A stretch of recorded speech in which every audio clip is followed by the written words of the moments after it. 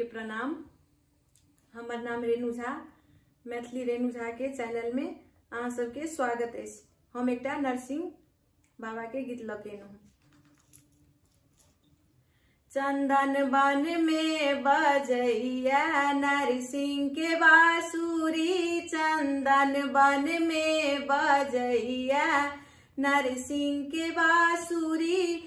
ओ तो बांसुरी आवाज सुनी विद्यार्थी खरी, ओ तो बांसुरी आवाज सुनी विद्यार्थी खरी। विद्या दो विद्या दो विद्या दो नरसिंह जी, चंदन बन में बजैया नरसिंह के बांसुरी, चंदन बन में बजैया नरसिंह के बांसुरी। ओ तो बांसुरी आवाज सुनी कोड़िया खरी, ओ तो बांसुरी आवाज सुनी पुत्रो खरी। काया दो काया दो काया दो नरसिंह जी, काया दो काया दो काया दो नरसिंह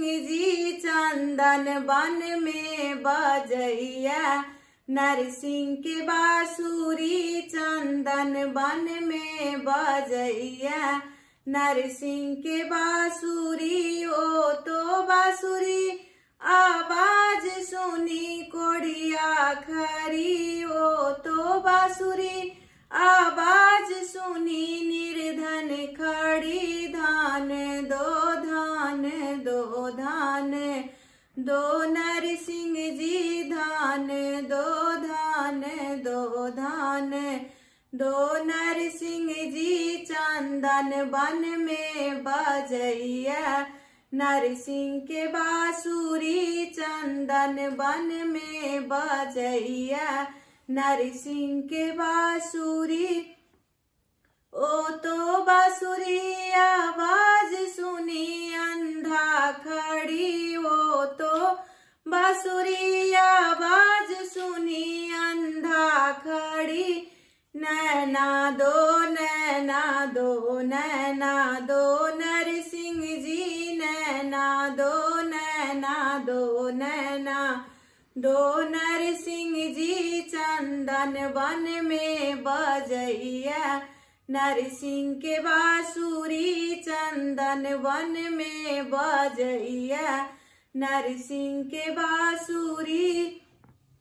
ओ तो बांसुरी आवाज सुनी बांझिन खरी, ओ तो बांसुरी आवाज सुनी बांझिन खरी। पुत्र दो पुत्र दो पुत्र दो नरसिंह जी, चंदन बन में बजैया नरसिंह के बांसुरी, चंदन बन में बजैया नरसिंह के बांसुरी। चंदन बन में बजैया नरसिंह के बांसुरी, चंदन बन में बजैया नरसिंह के बांसुरी।